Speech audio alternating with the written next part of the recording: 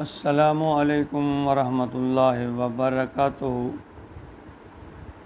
سامعین عزیز وقار، میں غلام مصطفیٰ ہوں۔ اللہ اور اللہ کے رسول کا پیغام آپ تک پہنچانے کی کوشش کرتا ہوں۔ میری آپ سب بہن بھائیوں سے گزارش ہے کہ اگر میرا یہ پیغام آپ کو اچھا لگے، پسند آئے، تو فی سبیل اللہ کی رضا کی خاطر اس کو دوسرے لوگوں تک فارورڈ کر دیا کیجئے، بھیج دیا کیجئے، ایک دو گروپوں میں بھیج دیا کیجئے۔ اللہ رب العالمین ہمیں امر بالمعروف اور نہی عن المنکر کہنے کی اور اس پر عمل کرنے کی توفیق عطا فرمائے، آمین۔ آج کا ہمارا سبق سورہ یونس آیت نمبر 98 پر مشتمل ہے۔ اعوذ باللہ من الشیطان الرجیم، بسم اللہ الرحمن الرحیم۔ فلولا كانت قرية آمنت فنفعها إيمانها إلا قوم يونس لما آمنوا كشفنا عنهم عذاب الخزي في الحياة الدنيا ومتعناهم إلى حين۔ پچھلی آیت مبارکہ میں اللہ رب العالمین نے فرمایا کہ ہم نے اپنے بندوں کو اچھائی اور برائی، کامیابی اور ناکامی، ہدایت اور گمراہی، یعنی دونوں طرح کی راہیں دکھا دی ہیں، بتا دی ہیں۔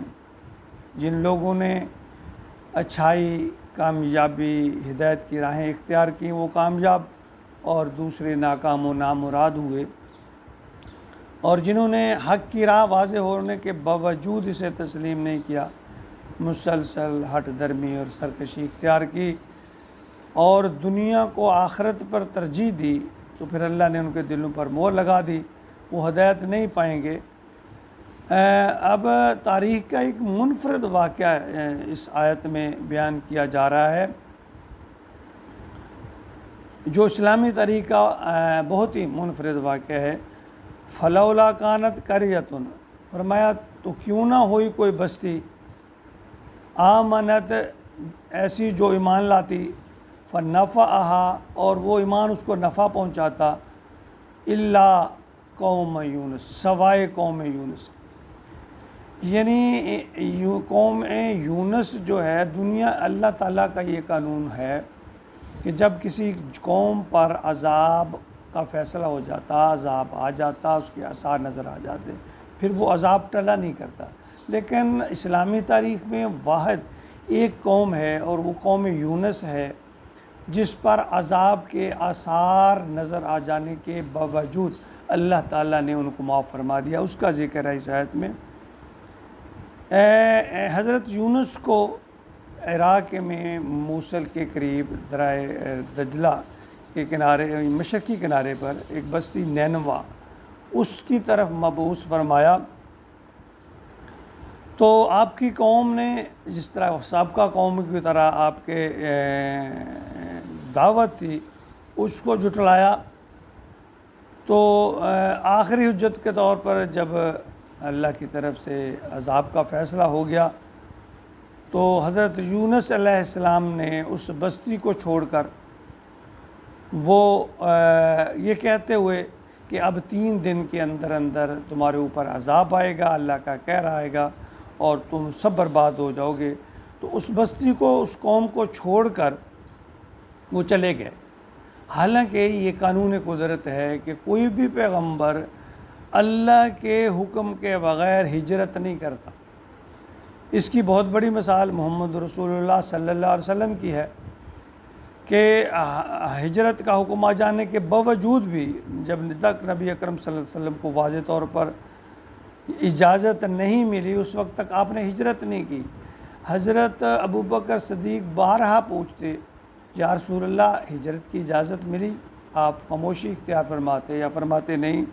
انہوں نے 2 اونٹنیاں پار رکھی تھی باقاعدہ کہ ہم ہجرت کا حکم آنے والا، ہم چلیں گے، لیکن نبی پاک صلی اللہ علیہ وسلم نے اللہ تعالیٰ کے حکم کے بغیر وہاں سے نہیں نکلے۔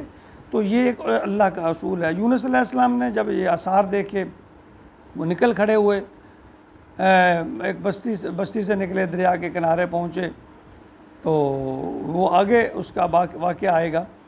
لیکن ہوا یہ کہ جب اس قوم نے عذاب کے آثار دیکھے، ساری قوم ڈر گئی، خوف زدہ ہو گئی، اپنے بال بچوں بال مویشیوں کو لے کر کھلے میدان میں آ گئے، گڑ گڑا کر اللہ سے مانگنے لگے، توبہ کرنے لگے، رونے لگے، یعنی کہ وہ اللہ کے، تو اللہ نے اس قوم پر نرمی کی، اور اس نرمی کا ایک سبب یہ بھی تھا کہ حضرت یونس صلی اللہ علیہ وسلم ان کو اللہ کے حکم کے بغیر چھوڑ کر چلے گئے تھے، کیونکہ اللہ تعالیٰ یہ دکھانا چاہتے ہیں کہ تمام فیصلوں کا اختیار اللہ کے پاس ہے۔